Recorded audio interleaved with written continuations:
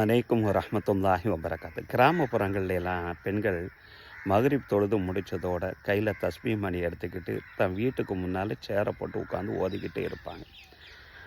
அதை பார்த்ததோட சில பெண்கள் என்ன செய்வாங்க, தான் வீட்டிலேருந்து இருக்கக்கூடிய சேரை எடுத்துகிட்டு போட்டு வந்து ஒன்றா உட்காந்து பேச ஆரம்பிச்சிருவாங்க. ஆனால் தஸ்பீ மணி ஓதிக்கிட்டே இருப்பாங்க, ஆனால் பேச்சு ஓடிக்கிட்டே இருக்கும், புறம் மட்டும் தெளிவாக ஓடிக்கிட்டே இருக்கும். ஒரு நன்மையை செய்ய வந்து அங்கே பாவமான காரியங்கள் தான் அங்கே நிறைய நடக்கும். இந்த இடத்துல அனஸ் ரலியல்லாஹு அன்ஹு அவங்க ஒரு ஹதீஸை சொல்கிறாங்க. இது ஜாமிஉ திர்மிதியில் பதிவு செய்யப்பட்ட ஒரு விஷயம். அந்த திக்ரை கூட சிறப்பாக ஓதுனா என்ன நன்மைங்கிறது. ஒரு சமயம் நபி ஸல்லல்லாஹு அலைஹி வஸல்லம் அவங்க ஒரு மரத்தினுடைய கிளையை உலுக்குறாங்க. எந்த இலையும் கீழே விழலை. திரும்ப உலுக்குறாங்க, அப்பொழுது எந்த இலையும் கீழே விழலை. 3ஆவது தடவை உலுக்கக்கூடிய நேரத்தில் காய்ந்து போன அந்த இலைகளை ஃபுல்லாக கீழே விழ ஆரம்பிச்சிருச்சு.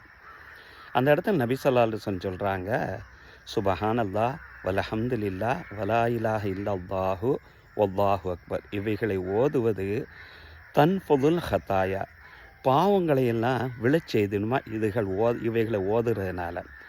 எப்படி கமா தன்ஃபுதுல் வரக்கத்து மினஷஜரா, இந்த மரத்திலிருந்து காய்ந்து போன இலைகள் எவ்வாறு வேகமாக ஒட்டுமொத்தமாக கீழே விழுகிறதோ அதுபோல் இவைகளை மனதார் நம்ம ஓதுனா நம்மளுடைய பாவங்கள் அனைத்தும் விழுந்துவிடும் என்றார்கள் நபிகள் நாயகம் ஸல்லல்லாஹு அலைஹி வஸல்லம் அவர்கள்.